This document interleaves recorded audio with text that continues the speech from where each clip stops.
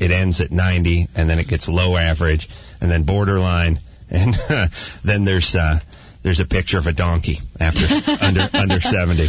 Well, Adam, the first time I took this test a few years back, I got 93, so I still beat you. Still beating the ace, man. Sorry, man. All right. Well, you sicken me. Let's take ourselves a break. I want to thank Jeff Probst for coming in. Survivor, everybody. Thursday nights. I watch it every single Thursday. I do a dance. Louis C.K., comedian Louis C.K. is going to be in studio in a second. We'll talk to him after this. Listen to Adam Carl Show. Call Adam now at 866-941-ADAM. That's right. Exit Jeff Probst. Enter Louis C.K. Is that your dating lineup? Louis, yes, that's it, with a brief refractory period in the middle. Louis is the comedian's comedian. His name is thrown around in the hipster circles as being the actual funny one. And believe me, here's the thing. Comedians, they're cattier than high school cheerleaders. Yeah. Oh, can you believe what Tammy was wearing? Or she gained weight. That's how they are with, not funny.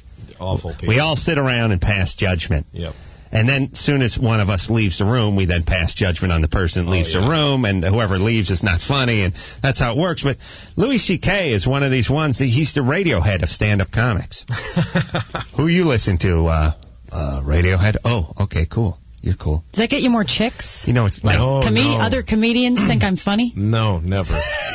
No, I don't get chicks anyway. I'm married, so I don't have sex at all with anyone. But before I was married, I never got laid being a comic. Nobody has sex with comedians. The biggest myth perpetrated on man is that women love a great sense of humor. Well, they like to laugh at it, but they don't like to have to sleep with it. Yeah, right. They love a great sense of humor on a good-looking guy. Right. Yeah. And also, if you're hot... boilerplate is he's got to be good-looking. Right. Funny's nice, too. Also, you realize if you're hot, you're 19... You're from Reseda, and you're currently attending a junior college. Do you really even know what funny is? No. That's the whole thing. Yeah. I find that most hot chicks, with the exception of Rachel Perry, are sort of literalist. Mm-hmm. You know, you can make a joke about flying to Tokyo to eat lunch, and then killing the premiere and flying back, and they'll go, "Wow, that was a hectic day." That's funny to me, though. That's your rundown. That's a hot chick.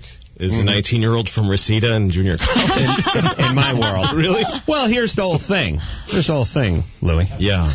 You know how your favorite sort of chick is whoever was in Playboy when you were 15 and 16? Okay, yeah. Those are your primes? Yeah. Do you know what I mean? Not from me so much, but I understand. Really? Are you moving? Yeah. Are you moving along? I can't move along. No, I have a huge amount of perversions and stuff. Oh, you spread it out. Yeah. I don't see. My whole thing is I sort of have this feeling like people have with music oftentimes. They remember the song that they liked in high school. They remember the way the woman looked in the Playboy when they were in high school, and they'll forever sort of harken back to a better time. For me, it's the 19-year-old from Reseda. I'm from North Hollywood. You know, we're neighboring counties. I know what you mean. I think in some ways you go back to it, too. Like the first thing that gave me an erection, I don't remember what radio were. Okay. That one, yeah.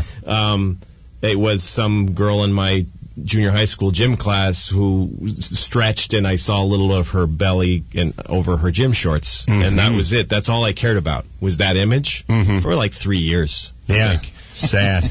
And then I moved on, and I became calloused sexually, and I needed to see more crazy stuff and more spread out, very gigantically graphic. Yeah, vaginal internet porn photography addiction? and then internet porn. And then after a while, that all just wears down. You become numb to it. And when you get older, you're back to just the girl in the high school shorts. I do like to throw myself a curveball every once in a while with the Vegas ad in the sports section or something. Sure. Just to show I can do it. But it is funny though sometimes when you start off with that goal in mind. Listen, I'm not going to get on the internet and punch up one of these German sites and go into all kinds of weird stuff that's going to send me straight to hell. Yeah. I'm just going to crack open this this Fredericks of Hollywood leaflet I got in the mail. About 10 minutes into that, okay, I'm getting on the computer. Yeah. Let's go. No, it's hard, too, because I work with a computer. I write, and it's done. The instrument I write with is a cornucopia onto any sexual possible vision or... Right. It's like if your pencil could give you a Hummer, you know? Yeah, it's like if you were, it's like you're holding a donut and someone says, you want that to magically become a vagina? Yeah. And you go, nah. You say nah for 20 minutes and it's like, okay, let's go. Yeah. And then you eat it anyway. I don't particularly need a donut to be a vagina to have sex with it, because donuts are pretty good. Yeah. Donuts are all right to have sex with anyway? Totally. Yeah. Mm-hmm. Totally. Mm-hmm. Louis puts a little of his own frosting on it. It's all plus. There's no sharp edges on it. It's not as good as a vagina, but it is still a thing. It's still something to... I find the sprinkles can chafe. That's what I keep. True. And by the way, can we do enough with the jimmies? You got a brand you prefer? Enough with the sprinkles? You like that nice warm Krispy Kreme? I don't like Krispy Kreme. Oh, you mean for sex or eating? Which one? For sex. Oh, sorry. If you're going to have sex with a donut.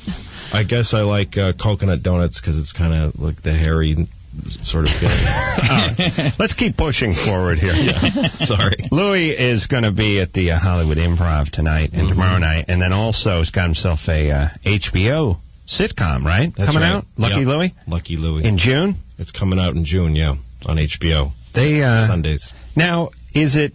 On one hand, it must be nice because you don't have to worry so much about language and content and stuff like that. On the other hand, the bar's set pretty high over there. It's Is it intimidating? A little bit, because the shows that are on there are like fine art almost. Right.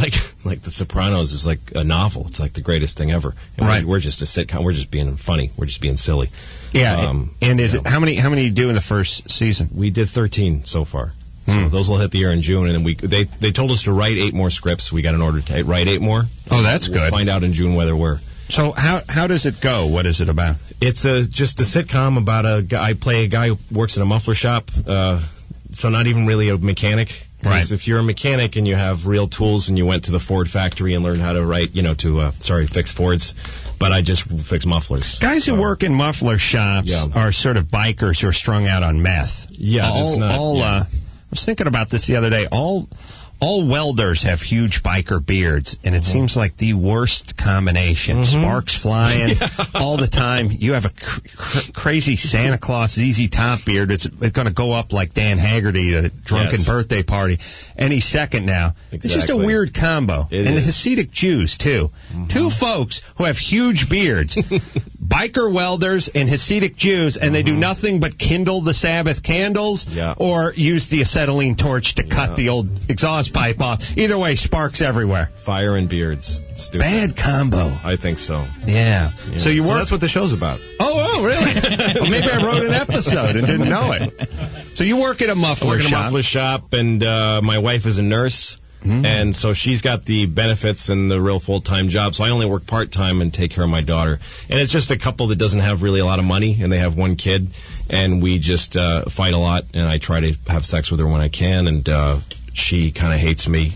So it's a slice of life. Yeah, it's like kind of like the Honeymooners. Actually, the set we built looks like a little like the Honeymooners set. We mostly takes place in the kitchen. There's no big sitcom living room. There's no couch in the show, and it's just more dialogue driven. And you can curse, so it's real actual fighting in marriage. You basically, I know, because who the hell gets into an actual fight without pulling out the C word every once in a while? Yeah, exactly. We actually have an episode where I call her that. Oh, nice. She doesn't talk to me for the rest of the episode. I keep my C word behind a piece of glass, and it's in the entry hall, and I go for it in emergency. I bust it. Yeah. I take a towel, I wrap it around my hand, and I punch out the glass. When my wife sees me going for the C word, she knows it's on. Yeah. You chicks, by the way, you need a word. Yeah, they don't have enough. They got nothing. They have and here's the, white men are foolproof because we got the N word for black people and the C word for the women, and for Jews, we just call them Jews for some reason. Good enough. It's effective enough. But we have nothing. Yeah. Cracker. I don't care. I'm a cracker.